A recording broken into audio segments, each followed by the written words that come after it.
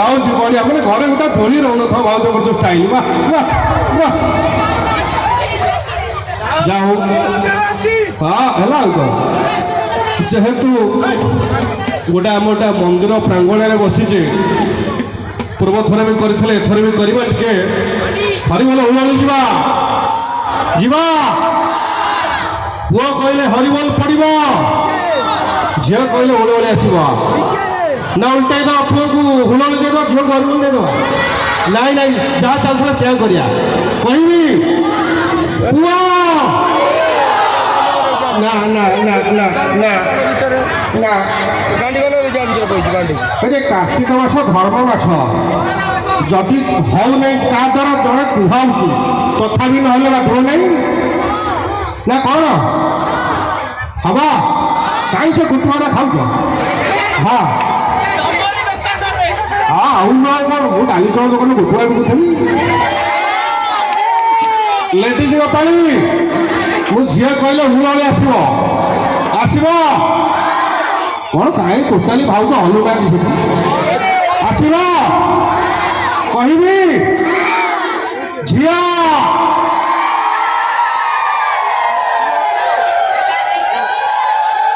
এই হ্যাঁ এই পଛ পঞ্ଚାୟତ ঠিক ହେଲା ହଁ ମଝିରେ ଟୋକା କେତେଟା ଗଳି ପଶିକି ହୁଳହୁଳି ପକଉଛନ୍ତି ମତେ ଯାହା ଲାଗିଲାଣି ଏଗୁଡ଼ା ସବୁ ବାହା ହେଲେ ସିନ୍ଦୁର ପିନ୍ଧିବେ ଆଉ ଥରେ ଯିବା ମତେ କାହିଁ ମଜା ଲାଗିଲାନି ଟୋକାଙ୍କର ହରିବୋଲଟା ତମେ କହିବ ତ ପୁରା ଫଟେଇ ଦେବା ପରେ ଯଦି ଅନ୍ଧରା ବାହାରକୁ ନେଇକି ପଳେଇବ କ'ଣଟା ହେଉଛି ଜ୍ଞାନଦେବ ମନ୍ଦିରରେ ହବ ତ ହେଇଯିବ ପଛରୁ କାହିଁ ଏନର୍ଜି ଆସୁନାହିଁ ଯେମିତି ସ୍କୁଲ ମାନଙ୍କରେ ସବୁ ପଛ ବେଞ୍ଚ ବାଲା ଯେମିତି ସାର କଥା ଶୁଣନ୍ତି ନାହିଁ ସେମିତି ଏପଟେ ମୁଁ ଦେଖୁଛି ପଛ ବେଞ୍ଚ ବାଲା ପୁରା ସାଇଡ୍ ହେଇକି ଅଛନ୍ତି ଫେର ବି ମୁଁ ଦେଖିପାରୁଛି ମୁଁ ଶାଗ ଖିଆ ପାଟି କହିବି ପୁଅ କହିଲେ ହରିବୋଲ ଯିବା ପଛରୁ କଳା ସାତ ଭାଇ ନାଲି ଗାମୁଛା ଭାଇ ନେଳି ଲୁଙ୍ଗି ମଉସା କ'ଣ ହଁ ହଁ ହେଲା ହେଲା ହେଲା କହିବି ପୁଅ ସେ ଗୋଟେ ଚୁପ୍ ହେଇ ଛିଡ଼ା ଯେମିତି ଅନେଇ ଦେଲି ଏମିତି ତମର ଭକ୍ତି ଖାଲି ଜରି ପଡୁଛି ଆଉ ଥରେ ଗୋଟେ କହୁଛି କହିଲା ତମର ଆଡ଼ିକି ଯାଉଛି ପୁଅ ଲାଗିଲା ପୁରା ବଡ଼ ଦାଣ୍ଡରେ ଛିଡ଼ା ହେଇଛ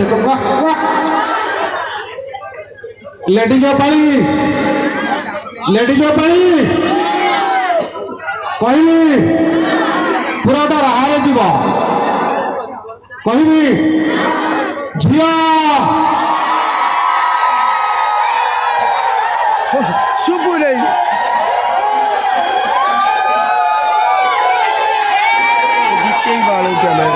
ଏଇପଟୁ ଆସିଲାନି ଏଇପଟୁ ଆଇଲାନି ନା କେବଳ ଏଇପଟ ଯେତେ ଦର୍ଶକ ଅଛନ୍ତି ଯେତେ ଲେଡିଜ୍ ଅଛନ୍ତି ଏଇପଟ ପାଇଁ ଗୋଟେ ଥର କହୁଛି ଖାଲି ଏଇପଟ ଆସିବ କହିଲି ଝିଅ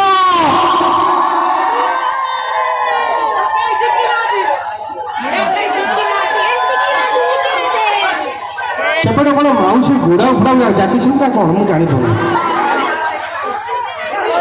ଯାହା ବି ମୁଁ ଯାହା ଦେଖିଲି ଏଇ ଯେଉଁ ହୁଳହୁଳି ପକେଇବା ଭିତରେ ମୁଁ ବାଡ଼ି ଭାରି ବଢ଼ିଆ ଜିନିଷ ମାର୍କ କଲି ଆମର ଯେଉଁ ପୁରୁଣା ଲୋକ ସବୁ ଅଛନ୍ତି ଗାଁ ଗହଳି ଲୋକ ପୁରୁଣା ଲୋକ ଯେଉଁମାନେ ହୁଳହୁଳି ପ୍ରକୃତରେ ଶିଖିଛନ୍ତି ସିଏ ମୁହଁ ଖୋଲିକି ତାଙ୍କ ଜିଭ ପୁରା ହଲୁଛି ଏଇଠି ମୁଁ ଦେଖୁଛି କେତେଟା ଝିଅ ଆମର ଆଗରେ ବସିଛନ୍ତି ସେ ଏମିତି ମୁହଁକୁ ଲୁଚେଇକି ଖାଲି ମିଛରେ ଜିଭ ହଲୁ ନାହିଁ ଖାଲି ମିଛରେ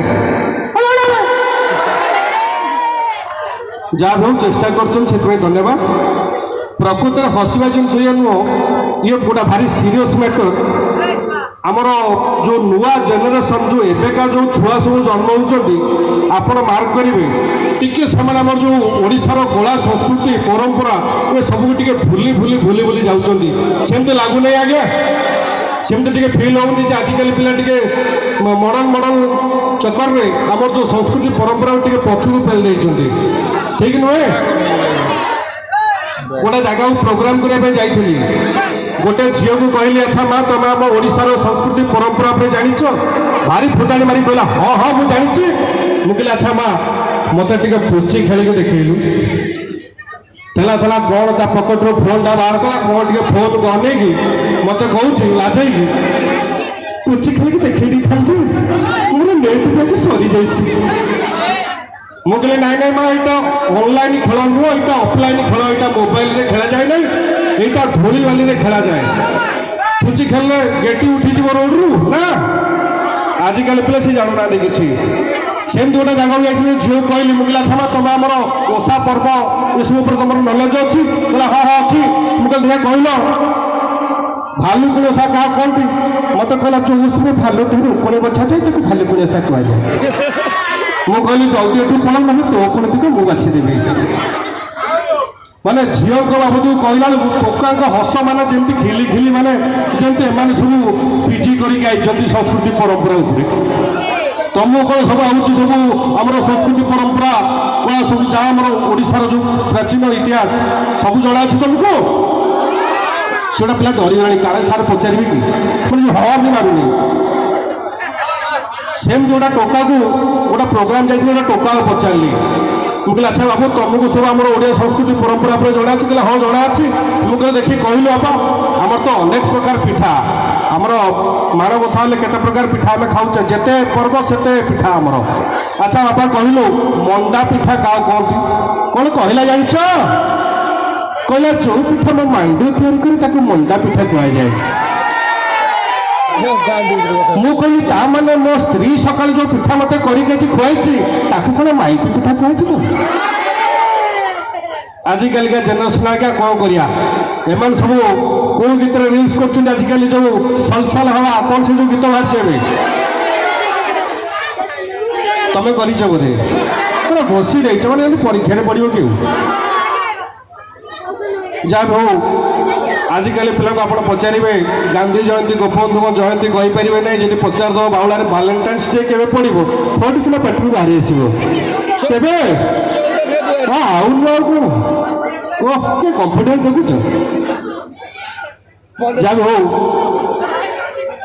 ଏତେ ସଂଖ୍ୟକ ଲେଡ଼ିଜ୍ ବସିଛନ୍ତି, ଭାରି ଶୃଙ୍ଖଳିତ କାର୍ଯ୍ୟକ୍ରମ। ମୁଁ ପୂର୍ବଥର ମଧ୍ୟ ଆସିଥିଲି, ଯାହା ଦେଖିଥିଲି ଏଥର ଆହୁରି ଉନ୍ନତ ଦେଖୁଛି, ଭାରି ଖୁସି ଲାଗୁଛି। ଏତେ ସଂଖ୍ୟକ ଲେଡ଼ିଜ୍ ବସିଛନ୍ତି ମାନେ ନିଶ୍ଚିତ ଏ ଜାଗା ସେତିକି ସୁରକ୍ଷିତ, ଏ ଗାଁ ସେତିକି ଶୃଙ୍ଖଳିତ, ସେଥିପାଇଁ ଏତେ ସଂଖ୍ୟକ ଲେଡ଼ିଜ୍ ଆଜି ଘରୁ ମାନେ ପାଦ କାଢ଼ି ଆସୁଛନ୍ତି ପ୍ରୋଗ୍ରାମ ଦେଖିବା ପାଇଁ। ଯାହା ବି ହଉ, ପ୍ରକୃତରେ ଆମ ଦେଶରେ ନାରୀମାନଙ୍କୁ ସମ୍ମାନ ଦିଆଯାଏ କାହିଁକି?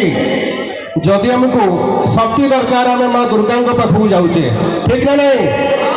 ଯଦି ଆମକୁ ଧନ ଦରକାର ଆମେ ମା ଲକ୍ଷ୍ମୀଙ୍କ ପାଖକୁ ଯାଉଛେ, ଯଦି ଆମକୁ ବିଦ୍ୟା ଦରକାର ଆମେ ମା ସରସ୍ୱତୀଙ୍କ ପାଖକୁ ଯାଉଛେ କି ନା? ସେଥିପାଇଁ ଆମ ଦେଶରେ ନାରୀମାନଙ୍କୁ ସମ୍ମାନ ଦିଆଯାଏ। ଆଚ୍ଛା ମୋତେ କହିଲେ ଦେଖି, ରୁହ ତାଳି ପରେ ମାରିବ, ଆଗ ମୋତେ କୁହ ନାରୀମାନେ ଆମଠାରୁ ଉପରେ ରହିବା ଉଚିତ କି ନା? ନାରୀମାନେ ଆମଠାରୁ ଉପରେ ରହିବା ଉଚିତ କି ନା? ସେଇଥିପାଇଁ ଏଇ ଯୋଉ ଗଲା ବାତ୍ୟା ଦାନା ଆସିଥିଲା, ମୋ ସ୍ତ୍ରୀ କି 3 ମହଲା ପାଣି ଟାଙ୍କି ଉପରେ ବସେଇଦେଲି। କାହିଁକି? ନାରୀମାନେ ଉପରେ ରହିବା ଦରକାର। ଟେନସନ ଦଉଛି। ଏଇ 5-7 ଦିନ ତଳ କଥା କହୁଛି, ହଠାତ୍ ତମ ଫୋନକୁ ଅନନୋନ୍ ନମ୍ବର ଗୋଟେ କଲ୍ ଆଇଲା।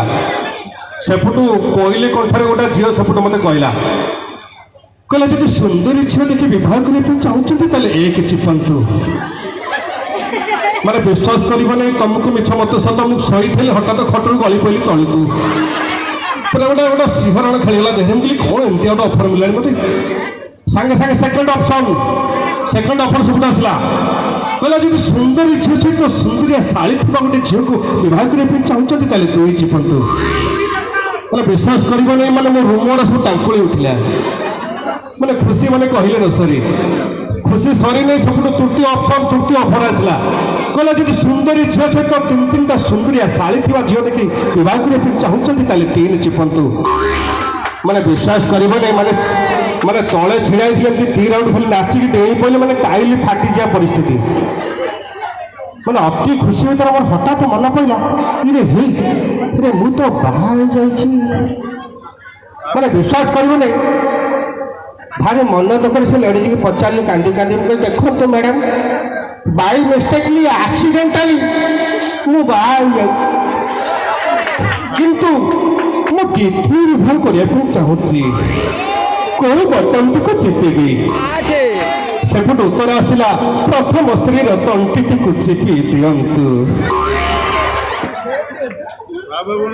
ମୁଁ ପୂର୍ବ ଥର ଆସିଥିଲି ସବୁ ମାନେ ସାହୁ ଭେରାଇଟି ଷ୍ଟୋର ଖୋଲିଥିଲି ଯେ ବଣ୍ଟା ବଣ୍ଟି କରିଥିଲି ସବୁ କୋଉମାନେ ପାଇଥିଲେ ଯେ ହାତ ଟେକିଲେ ମୁଁ ଦେଖି ଦିଆ ହବ କୋଉମାନେ ତମେ ପାଇଥିଲ ତମେ କଥା ଶୁଣିନ ଖାଲି ଟେକି ଦଉଛ କାଳେ ଦେବି କି? ଆରେ ମୁଁ କହୁଛି କିଏ ପାଇଛି ହଁ କିଏ କିଏ ପାଇଛି ପାଇଥିଲା କିଏ ପୂର୍ବ ବର୍ଷ କିଏ ସେ ଭାଗ୍ୟଶାଳୀ ବିଜେତା କିଏ ପାଇଥିଲା ତମେ ପାଇଥିଲ କଣ ପାଇଥିଲ ତମେ हल्दी गुंड କଣ ପାଇଥିଲ ବାଦାମ ପକୋଡ଼ା हल्दी गुंड ନାଇଁ ନାଇଁ ସେ ଠିକ୍ କହିଛନ୍ତି ମୁଁ ଯୋଉ ମସଲା ଦେଇଥିଲି ସେ ବାଦାମ ପକୋଡ଼ାରେ ଗୋଳେଇକି ଛାଣିକି ଖାଇଛି ऊपर पड़ुଛି ସେପ ଆଉ କିଏ ପାଇଥିଲା ଥରେ ପକେଇଲ ପୁଣି ପକେଇବ ତମେ ପାଇଥିଲ